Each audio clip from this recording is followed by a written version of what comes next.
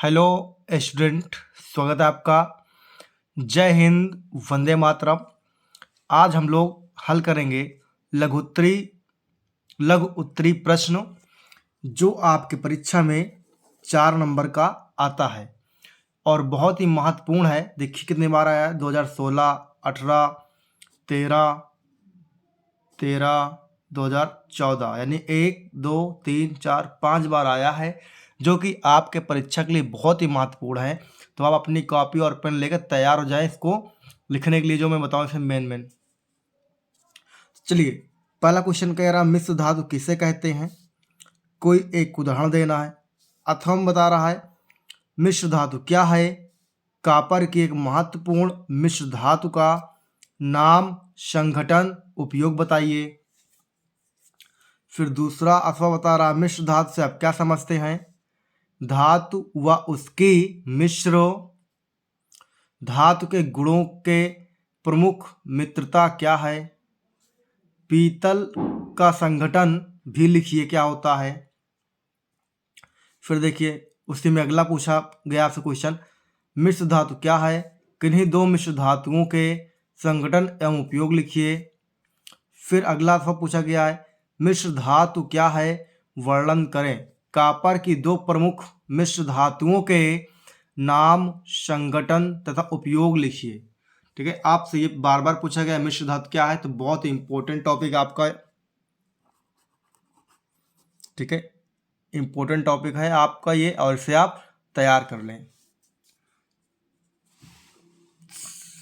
तो देखिए इसमें मिश्र धातु,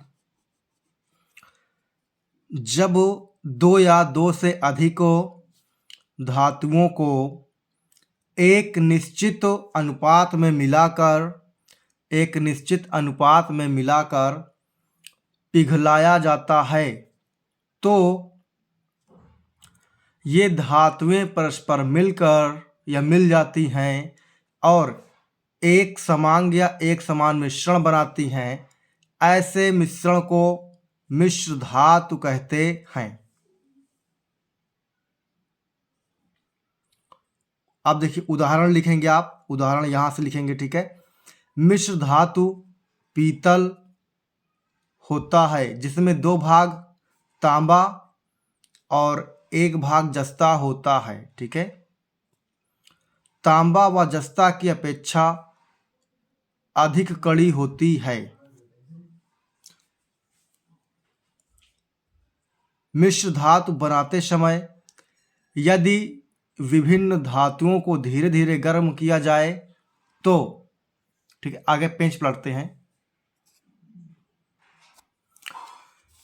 क्या लिखा था आगे कि उन्हें धीरे धीरे गर्म किया जाए तो, या और फिर उन्हें धीरे धीरे ठंडा होने दिया जाए तो नरम मिश्र धातु प्राप्त होती है।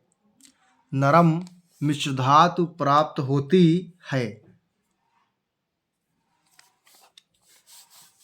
यदि धातुओं को शीघ्रता से गर्म करके फिर शीघ्रता से ठंडा किया जाए तो मिश्र धातु कठोर और भंगुर प्राप्त होती है। इस प्रकार धातुओं से मिश्र धातु बनाने में उनकी कठोरता, वायु, जल आदि से क्रिया करने का गुण, चमक, रंग, मूल्य आदि बदलकर अधिक उपयोगी बन जाते हैं। कॉपर की 2 प्रमुख धातुएं निम्न है, आइए देखते हैं।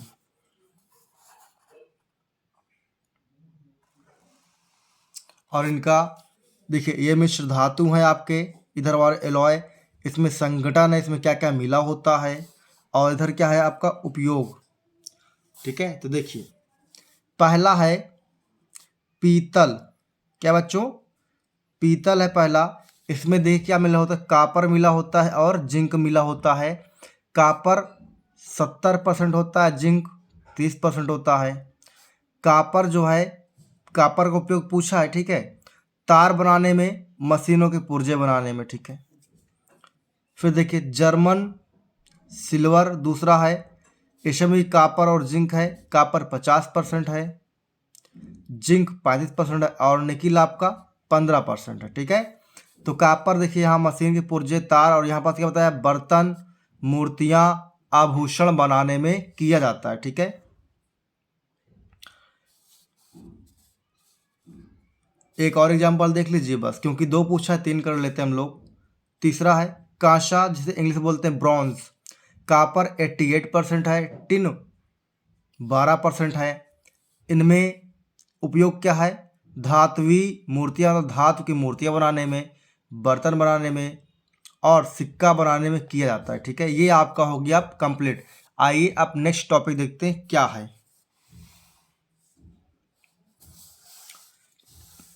तो देखिए अगला क्वेश्चन है आपका, इलेक्ट्रोड विभव किसे कहते हैं, एक उदाहरण द्वारा स्पष्ट करना है। ठीक है, ये आपका 2013 में आया हुआ क्वेश्चन है। चलिए आइए देखते हैं इलेक्ट्रोड विभव किसे कहते हैं। किसी धातु के किसी लवण में डूबी हुई उस धातु की छड़ को, डूबी हुई उस धातु की छड़ को इलेक्ट्रोड कहते हैं। इन उपकरण को अर्धशेल कहते हैं तथा धातु की छड़ पर उत्पन्न विभव को, तथा धातु की छड़ पर उत्पन्न विभव को उस इलेक्ट्रोड या उस पर होने वाली अर्ध अभिक्रिया का इलेक्ट्रोड विभव कहते हैं। एग्जाम्पल देख लिया जाए। उदाहरण, जिंक की छड़ को Zn के धनायनों अर्थात Zn2+ चार्ज के घोल में डुबोने पर निम्न अर्ध अभिक्रिया होती है। तो देखिए क्या बनेगा, जिंक एरो Zn2+ चार्ज, इसको बराबर करने के लिए 2 इलेक्ट्रॉन इसमें ऐड कर देंगे। ठीक है, ये आपकी अर्ध अभिक्रिया हो गई है।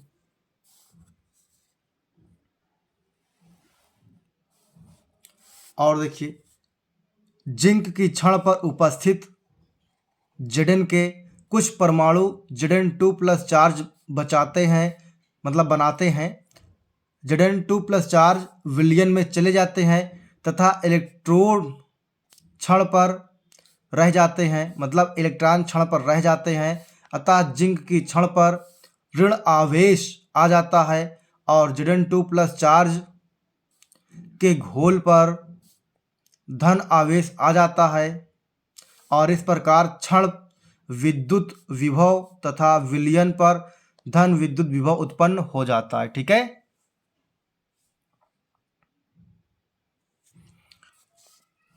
आइए अगला टॉपिक देखते हैं। बहुत ही इंपॉर्टेंट है ये टॉपिक, आपका बहुत ही इंपॉर्टेंट है। ठीक है, जो परीक्षा में एकदम आने का चांस है। इसमें केवल 2020 ही लिखा है, लेकिन आया ये क्वेश्चन कई बार। ठीक है, इंपॉर्टेंट है। तो पहला देखिए, निस्तापन तथा भर्जन में क्या लिखना है बच्चों, अंतर लिखना है। ठीक है, तो आइए करते हैं। तो क्या करेंगे, एक बार आप निस्तापन लिख देंगे और एक बार आप भर्जन लिख देंगे, वो आपका अंतर कंप्लीट हो जाएगा। तो देखिए पहले निस्तापन क्या है समझते हैं, फिर भर्जन। निस्तापन वह क्रिया है जिसमें सांद्रित अयस्क को इतना गर्म किया जाता है कि वह पिघले नहीं। इस क्रिया में अयस्क में से जल व वाष्पशील पदार्थ निकल जाते हैं और अयस्क सरंध्र अर्थात छेददार हो जाता है। यह विधि कार्बोनेट व जलीय ऑक्साइड अयस्कों के साथ प्रयुक्त की जाती है। अब देखिए भर्जन देखते हैं हम लोग। पहला टॉपिक है आपका निस्तापन, दूसरा क्या है बच्चों, भर्जन। सांद्रित अयस्क को परावर्तनी भट्टी में उसके गलनांक के नीचे नियंत्रित वायु की उपस्थिति में इतना गर्म किया जाता है कि वह बिना पिघले ऑक्सीकृत हो जाए, यह भर्जन कहलाता है। पहला टॉपिक कंप्लीट हो गया आपका। और अब दूसरा टॉपिक आ गया आपका यहाँ पास, गालक एवं धातुमल में अंतर। ये इंपॉर्टेंट है। आइए पहले गालक और धातुमल समझते हैं। ये दोनों साथ साथ लिखा गया है, ठीक है, क्योंकि छोटा है इसलिए साथ साथ लिख दिया गया है। गालक वे पदार्थ हैं जो अयस्क में उपस्थित अगलनीय अशुद्धियों से उच्च ताप पर क्रिया करके एक गलनीय यौगिक बना लेते हैं। इन गलनीय यौगिकों को धातुमल कहते हैं। यह धातु से हल्का होने के कारण उस पर तैरता है, जिसे बाद में दूर कर लेते हैं। ये आपका गालक और धातुमल में अंतर हो गया। आइए अब देखते हैं कौन सा टॉपिक हमारे लिए इम्पोर्टेंट है और हम लोग उसको स्टार्ट करते हैं। तो देखिए ये वाला क्वेश्चन आज का लास्ट टॉपिक होगा आपके बच्चों। आइए समझते हैं इसे, इसमें क्या क्या बोला गया है। सबसे पहले बोला गया है इसमें, विद्युत रासायनिक श्रेणी की सहायता से धातुओं द्वारा अम्लों से हाइड्रोजन विस्थापित करने की क्षमता किस प्रकार ज्ञात करते हैं, उदाहरण सहित बताइए। ये क्वेश्चन भी आपका बहुत इंपॉर्टेंट है, 2013 में है, लेकिन ये कम से कम 4 से 5 बार और आया है। इसमें बताया नहीं गया किस साल आया गया है, ठीक है, लेकिन आया हुआ है। तो चलिए समझते हैं इसको।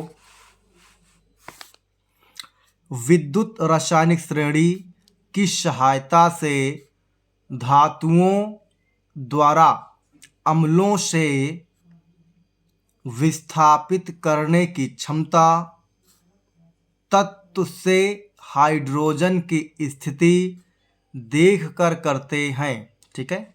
जैसे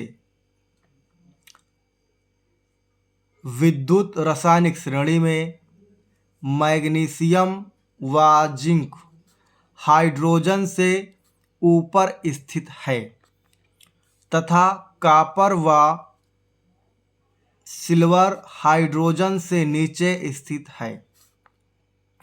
यह जानते हैं कि जो धातु श्रेणी में हाइड्रोजन से ऊपर स्थित हैं, वे ही अम्लों से हाइड्रोजन विस्थापित कर सकते हैं।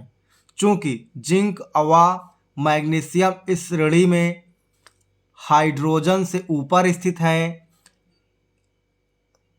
तथा कॉपर व सिल्वर नीचे स्थित हैं, इसलिए जिंक व मैग्नीशियम अम्लों में से हाइड्रोजन मुक्त कर सकते हैं, परंतु कॉपर और सिल्वर अम्लों में से हाइड्रोजन मुक्त नहीं कर सकते। तो ऐसी वीडियो देखने के लिए प्यारे बच्चों हमारे चैनल को सब्सक्राइब कीजिए, शेयर कीजिए, लाइक कीजिए और नेक्स्ट वीडियो में आपको अगला टॉपिक मिलेगा। तब तक के लिए वेट करें और अपना नोटबुक तैयार करें, जिससे कि एग्ज़ाम टाइम आपको कोई समस्या ना हो और अच्छे से आप रिवीजन करके अच्छे मार्क्स ला सकें। जय हिंद, वंदे मातरम।